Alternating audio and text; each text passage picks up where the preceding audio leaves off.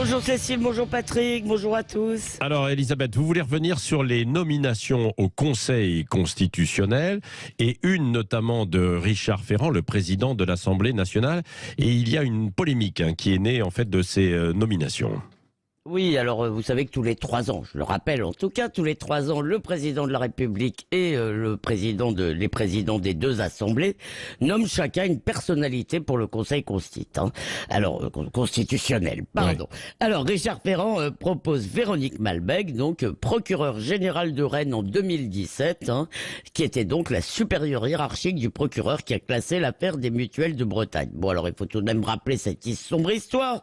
Richard Ferrand était donc précédemment directeur général de cet organisme, ça c'était en 2012, lorsque sa compagne a réalisé avec lui, avec les mutuelles, une juteuse opération immobilière. Elle a acheté un local pour leur louer. Le procureur de Brest a enterré l'enquête pour prise illégale d'intérêt. Ensuite, il y a eu une plainte, plus tard, d'Anticor, qui a aussi été jugée hors délai de prescription par la cour d'appel de Douai. Anticor est actuellement en cassation. Mais Richard Ferrand, tout de même, dans cette affaire, avait dû quitter le gouvernement pour se retrouver, un peu plus tard, président de l'Assemblée nationale. On ne peut pas dire que le perchoir est un placard. Ça, c'était bien fini pour lui.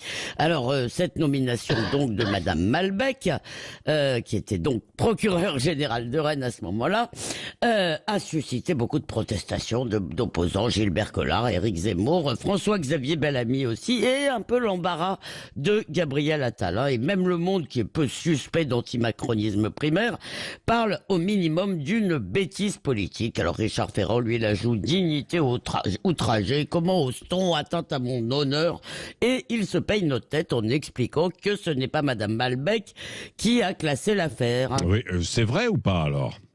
Bah oui, c'est vrai que ça n'est pas elle directement. Sur le papier, oui. c'est sa supérieure hiérarchique.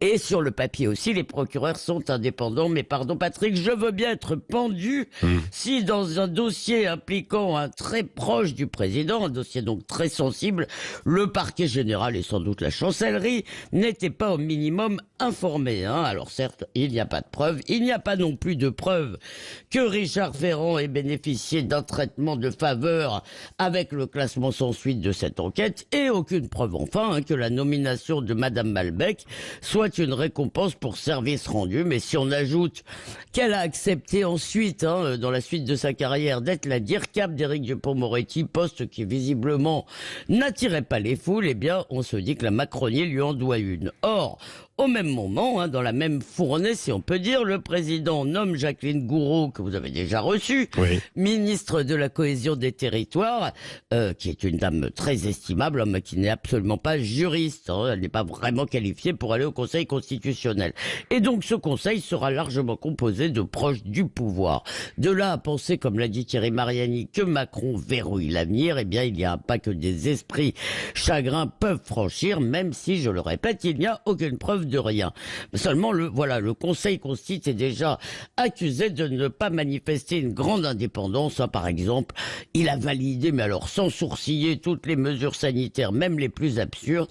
Ces nominations accentuent le soupçon de politisation d'une institution qui devrait être insoupçonnable, parce que tout de même, elle est la garante de la légalité institutionnelle et de la régularité des élections. Si c'était en Hongrie que ça se passait, vous entendriez les macronistes hurler. Alors à nourrir, et puis voilà, le problème c'est qu'à nourrir la défiance, finalement, on encourage des électeurs excédés à contester la légitimité de ces institutions dans la rue, et un jour il ne suffira plus de les accabler de mépris, ces électeurs, pour les faire taire.